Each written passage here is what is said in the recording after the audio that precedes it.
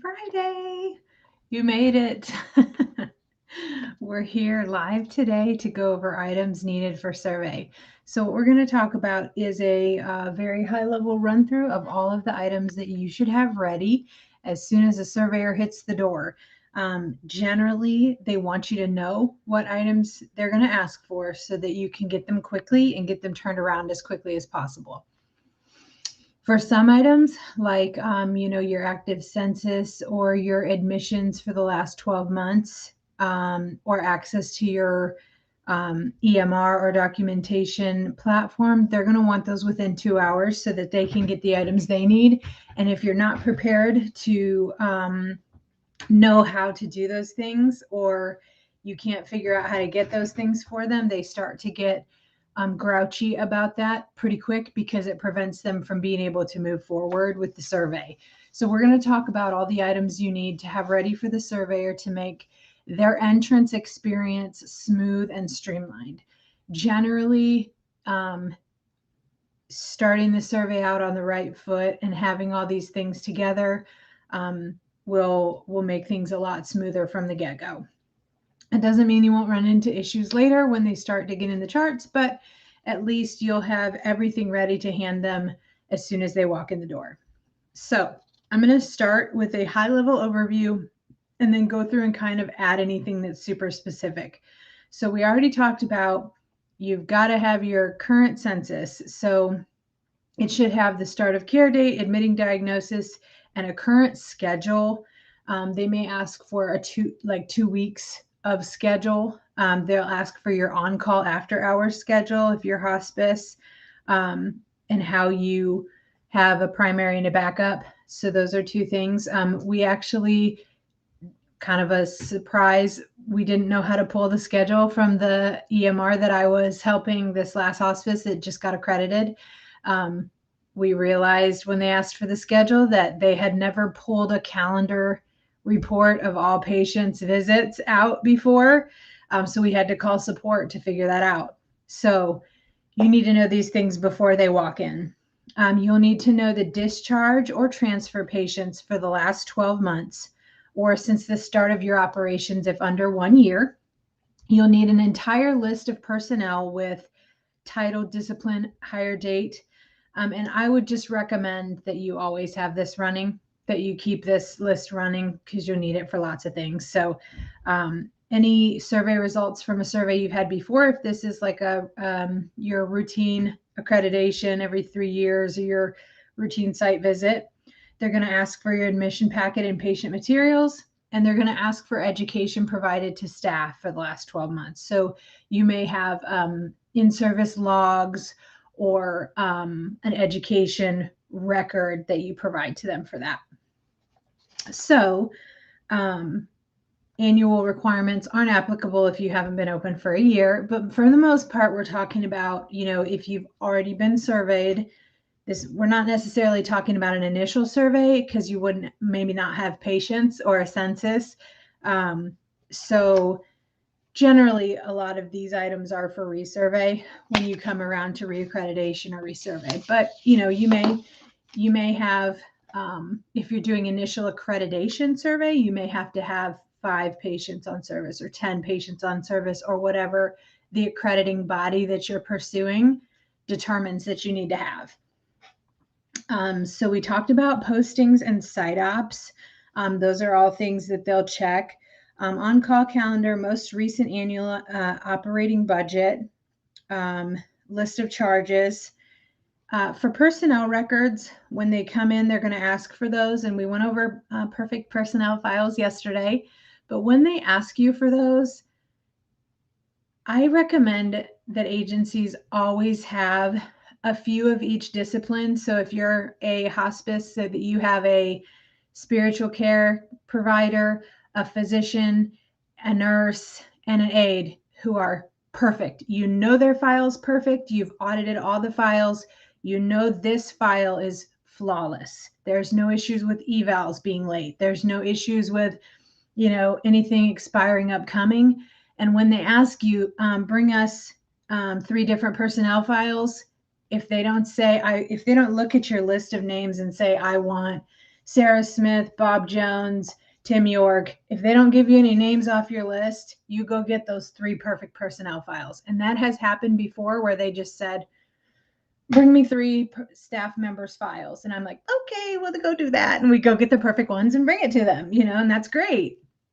So just have those ready as a backup. So they're going to want to see those personnel records. They're going to want to see a referral log, or how you keep track of your referrals and who you've accepted and who you haven't.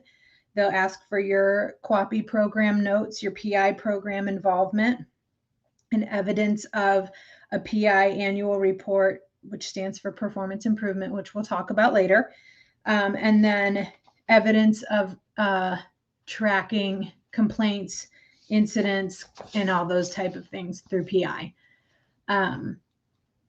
Any satisfaction surveys you have and how you monitor those, your annual TB and OSHA trainings. They may ask for all those orientation type trainings for any staff members that you have.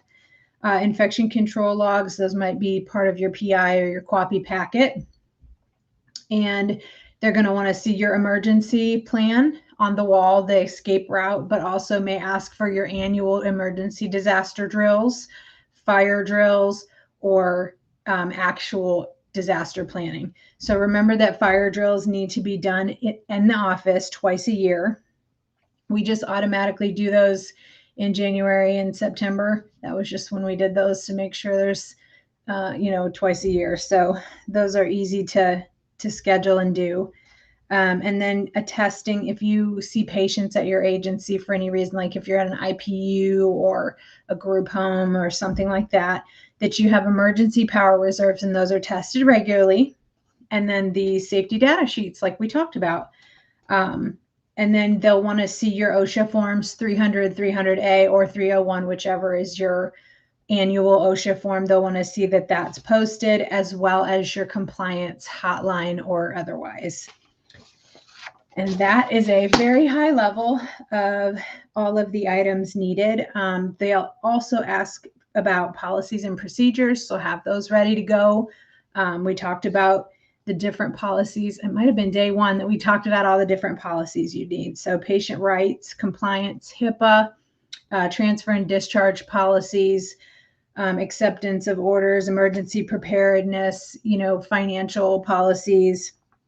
They also may want to see your 855 or your CMS approval letter, and then governing body minutes, if you have them, in a list of the governing body members. They'll want to see your org chart. They'll want to see, they may want to see job descriptions, but usually they look for those in the personnel files.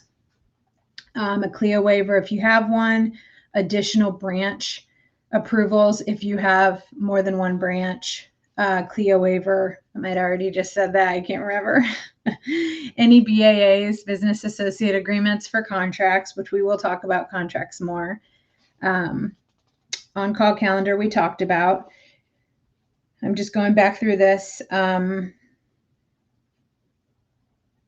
may ask for patient or community education materials for hospice. So if you're hospice, like I mentioned, they're going to ask for how you've educated the community or facility orientation. They may ask how you provide education to the community, or for logs with evidence of that. And that's it. So, and then how you communicate with your staff in an emergency. So usually they want to know that you have a primary and a backup method of communication. And we'll talk about that more when we talk about emergency preparedness, because that's a really big thing right now. We'll go into more detail on that, but that a communication plan, and they call it, some of them call it a pyramid communication plan. Don't let that confuse you. It is the exact same thing as a call tree. Who are you going to call if so-and-so, who's supposed to call who, and who's going to be in charge if so-and-so doesn't answer or we can't find them. So they can be similar, if not almost the same thing. So don't stress out over that. But those are it. So I recommend that you put everything you can in a binder. If you're a large agency and you have to pull manually any of this information, I would recommend that you pull it. You have a process on how you're going to pull it, especially if you're in survey window. If you're in your window, you need to be pulling this weekly. If you can't, if it takes any type of effort to go back and pull your 12 months of unduplicated admissions, you should do this every week on Monday morning or Friday afternoon.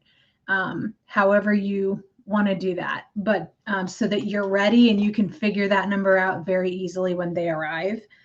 Make sure you reach out to your EMR provider and ask them how to add surveyor read-only view that gives the surveyor the limited appropriate view of your charts that does not include making edits or any quality or internal performance improvement information in the record that they wouldn't need to see, or depending on how your system is set up. That's pretty much it. There's a couple things, for hospice bereavement program materials, a list of the active bereaved you're going to have. If you have contract staff, if you've had to obtain a nursing waiver, anything like that, you're going to need to have that available and ready for the surveyor. And I would just recommend keeping binders with all of these things in it. Run these reports monthly at a minimum. As you do QAPI. If you do QAPI quarterly, I would still run your reports monthly. As far as falls, infections, incidents, complaints, and grievances, you could put them all in one 3-ring binder and have sections for each, or you could have them each in their own binder. If you're a larger agency and this starts to take up more paper, you could have a binder for QAPI, a binder for complaints, a binder for infections, a binder for incidents, and those each have their own separate binder, and then you pull the information the surveyor asks for specifically out of that binder when they arrive. Again, I think I've said this before, but I would cautiously advise that you not hand them the entire binder unless that is specifically what they ask for. If they ask for your QAPI program for the last 12 months, maybe you pull the whole binder. But if they ask for your last QAPI meeting, pull that out of the binder and hand them the last meeting. You don't want to open yourself up to anything that wasn't requested. Of course, we're not hiding anything here, but we want to keep their view to what they want to see. We don't want to overwhelm them, and we don't want to give them more than they're asking for, and they stumble upon something they didn't need to find. So that is pretty much everything. What is the one area that you need to get prepared for your items needed for survey? Or what is the one thing that you didn't know prior to watching this video about having those items ready for survey? I'd love to hear from you in the comments, and I hope you have a great weekend. I'm really excited to continue with this series next week. Thank you for all that have joined.